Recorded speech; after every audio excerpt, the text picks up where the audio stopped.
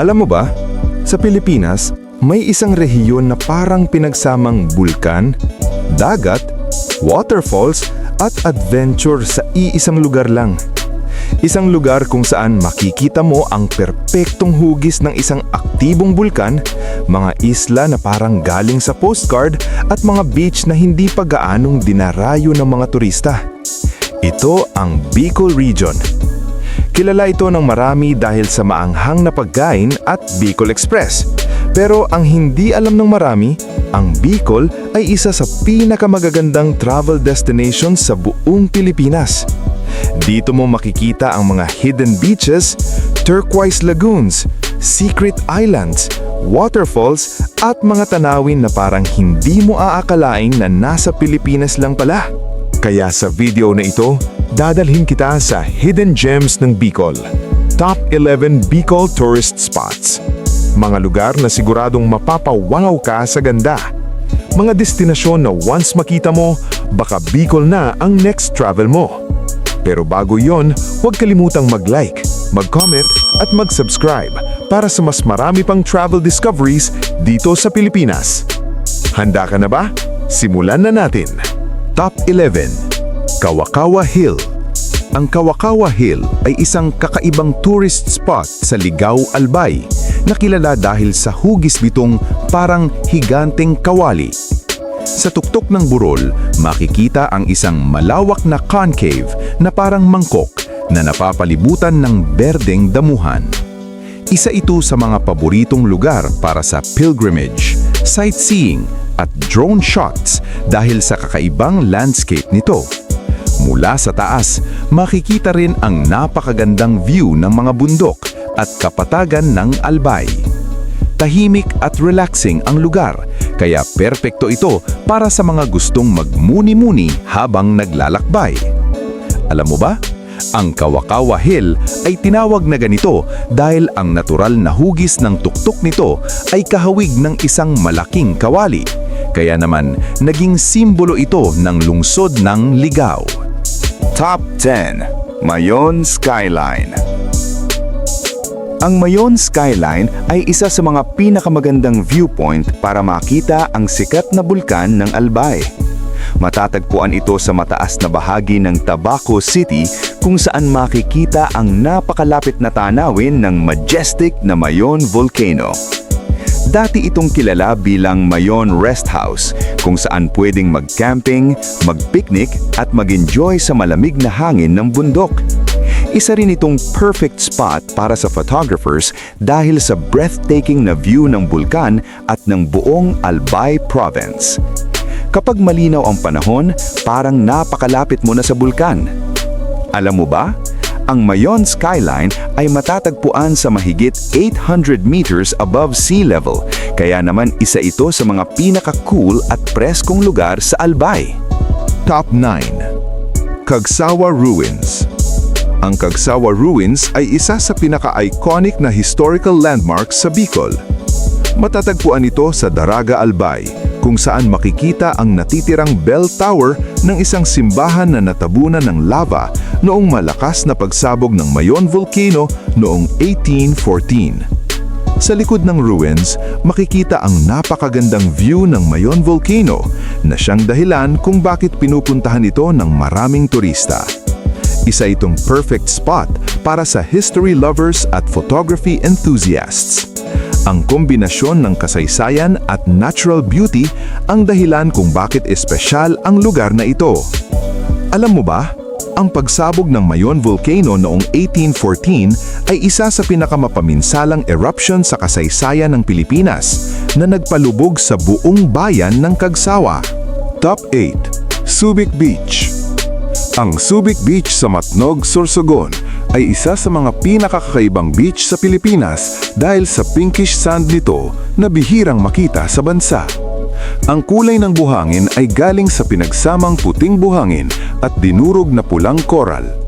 Bukod sa kakaibang kulay nito, napakalinaw din ng tubig dito na may kulay turquoise na parang nasa tropical paradise.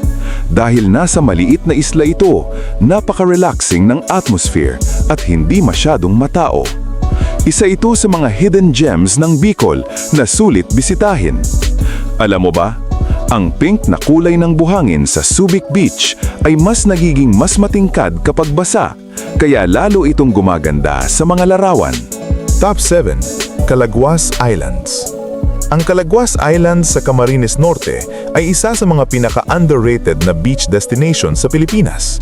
Kilala ito sa mahaba at napakaputing buhangin ng Mahabang Buhangin Beach na parang Boracay noong hindi pa ito sikat.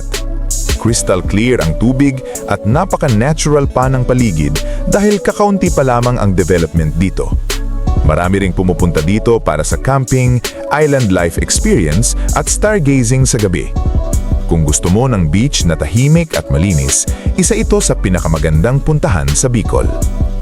Alam mo ba, ang Calaguas Islands ay binubuo ng mahigit 20 maliliit na isla, kaya maraming hidden beaches ang pwede pang tuklasin sa lugar na ito.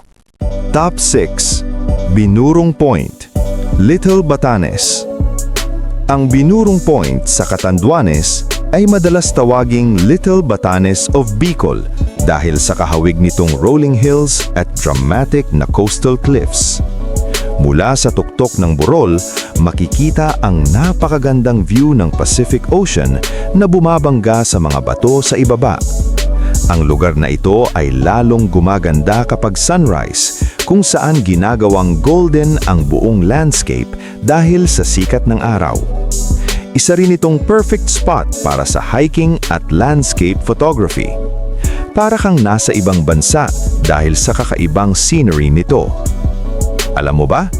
Ang Binurong Point ay isa sa mga unang lugar sa Pilipinas na sinisikatan ng araw dahil nakaharap ito sa Pacific Ocean. Top 5. Burias Group of Islands. Ang Burias Group of Islands sa San Pascual, Masbate ay isa sa mga pinaka-underrated island paradises sa Bicol region. Binubuo ito ng maraming maliliit na isla na may napakaputing buhangin, malinaw na tubig at mga rock formations na parang natural sculptures.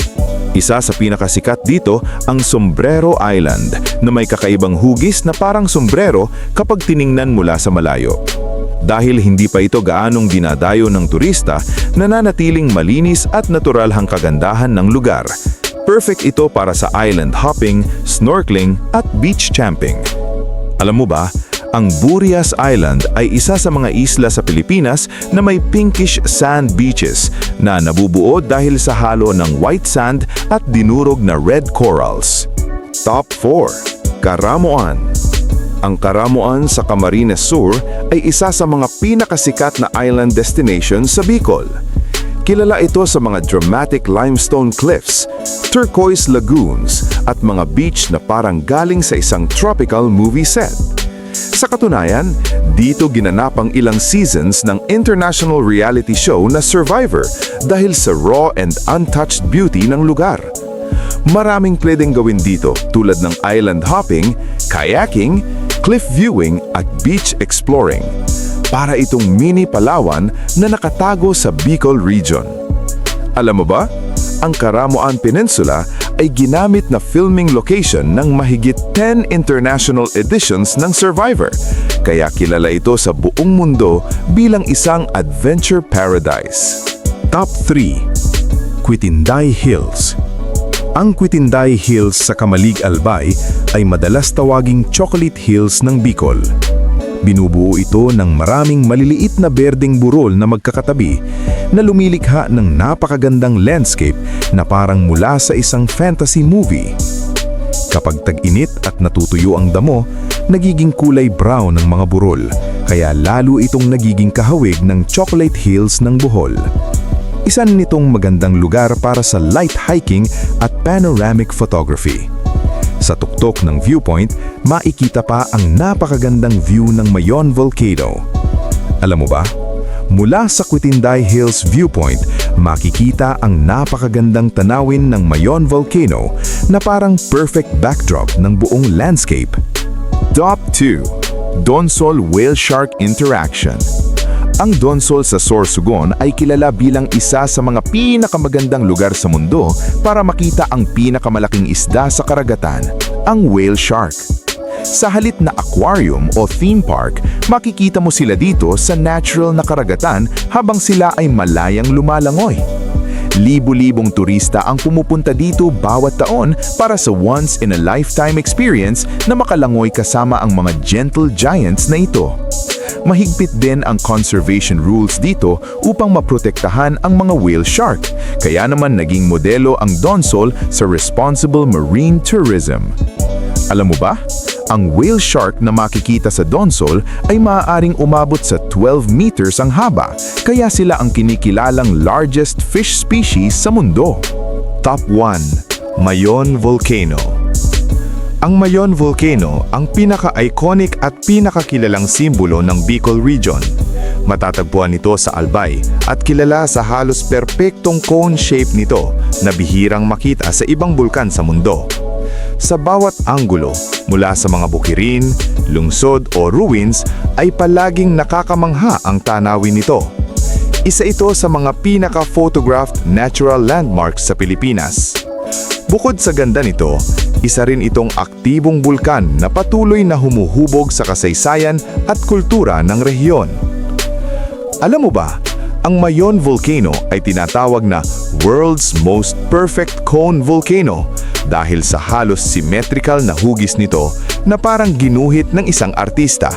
At ayan na nga, ang Bicol Travel Guide 2026 Top 11 Must-Visit Destinations in Bicol. Mula sa mga malaparaisong isla at puting buhangin na dalampasigan hanggang sa mga burol, cliffs at ang perpektong hugis ng Mayon Volcano, tunay ngang isa ang Bicol sa mga lugar sa Pilipinas na hindi mo dapat palampasin. Hindi lang ito simpleng travel destination. Ito ay isang rehiyon na puno ng adventure, kasaysayan, at likas na ganda na kayang makipagsabayan sa mga sikat na lugar sa buong mundo. Ikaw, kabida, alin sa mga lugar na ito ang pinakagusto mong puntahan? At may alam ka ba bang ibang tourist spot sa Bicol na dapat naming maisama sa susunod na video? I-comment mo na sa baba ang iyong sagot.